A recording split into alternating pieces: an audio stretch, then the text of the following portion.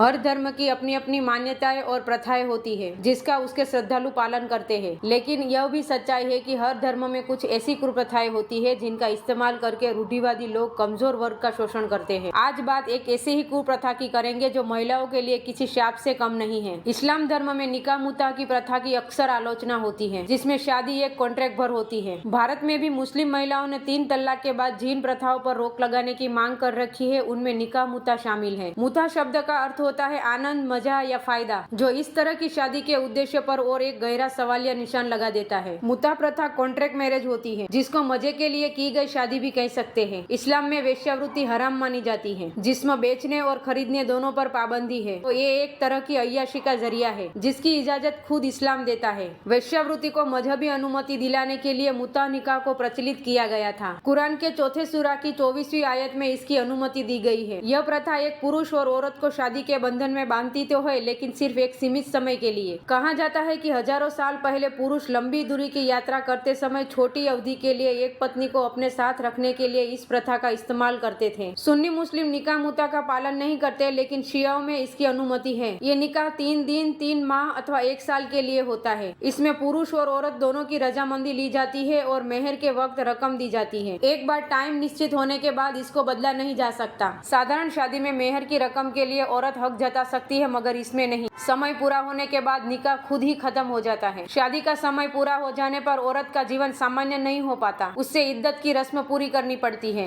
इद्दत की रस्म 4 महीने 3 दिन चलती है, जिसमें महिला को किसी पुरुष की छाया से दूर एकांतवास में रहना पड़ता है। इसके बाद ही वो किसी और से शादी के लिए लायक बन सकती है। मुता निकाह की कुछ शर्तें होती है, जैसे लड़की पवित्र होनी चाहिए, व्यभिचारी नहीं होनी चाहिए, वो पहले से शादीशुदा नहीं होनी चाहिए और उसका मुस्लिम होना जरूरी है। सभी बातें औरतों के लिए है। मतलब वेश्यावृत्ति कर रहे हैं खुल्लम खुल्ला पर नाम विवाह का। आदमी किसी से भी यह विवाह कर सकते हैं, मतलब पारसी, यहूदी और मुस्लिम की औरत सिर्फ मुस्लिम से ही यह विवाह कर सकती है। इसमें तलाक की जरूरत नहीं होती, निश्चित समय के बाद अपने आप खत्म हो जाती है। अगर औरत गर्भवती हो जाए तो उस आदमी की कोई जिम्मेदारी नहीं। इस तरह के निकाह से हुए बच्चों का कोई भविष्य नहीं होता। निकाह खत्म होने के बाद महिला का संपत्ति में कोई हक नहीं होता और न ही वो पति से जीवन व्यतीत करने के लिए कोई आर्थिक मदद मांग सकती है। सुन्नी मुसलमानों की बात करें तो वह भले ही कॉन्ट्रैक्ट मैरिज मुताह को स्वीकार नहीं करते, किंतु इस प्रकार की एक परंपरा मिस्यार निकाह जो सुन्नी मुसलमानों में भी है। मिस्यार निकाह में पति घर की जिम्मेदारी से मुक्त होता है,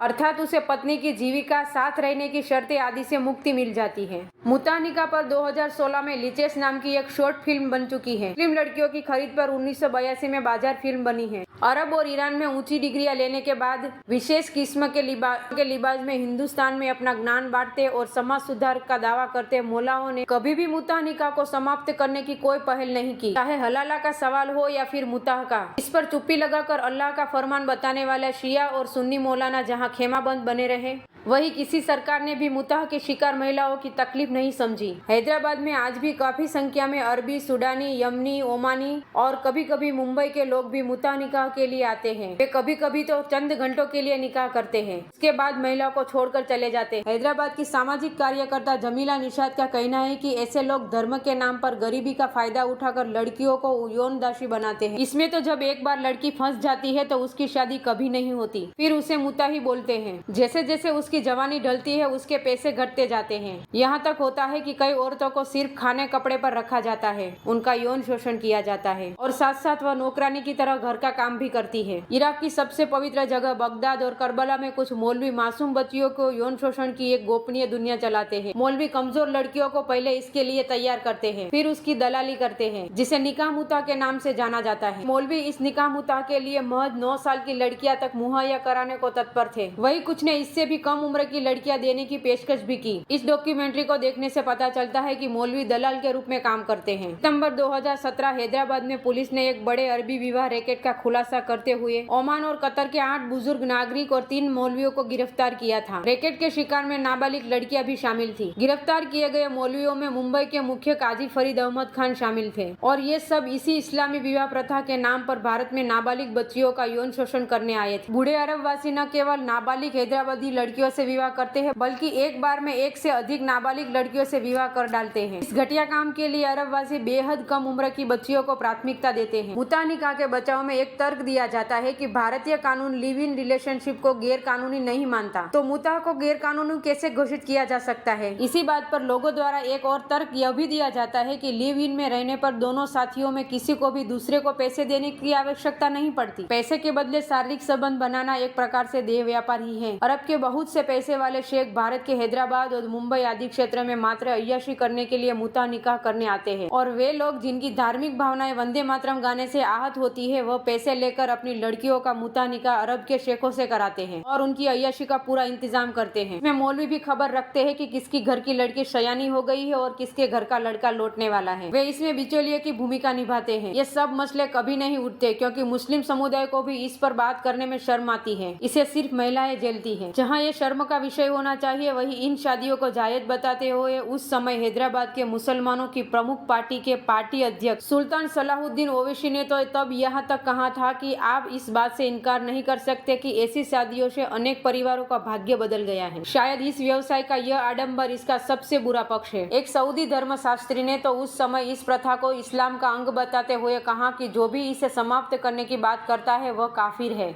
जब तक बिना प्रतिबंध के ऐसे विचार सामने आते रहेंगे, इनका दुरुपयोग भी देखने को मिलता रहेगा और इस्लामिक कानून की आड़ में आज भी आधुनिक दुनिया में नाबालिगों का सौदा मध्यकाल के हरम की तरह होता रहेगा।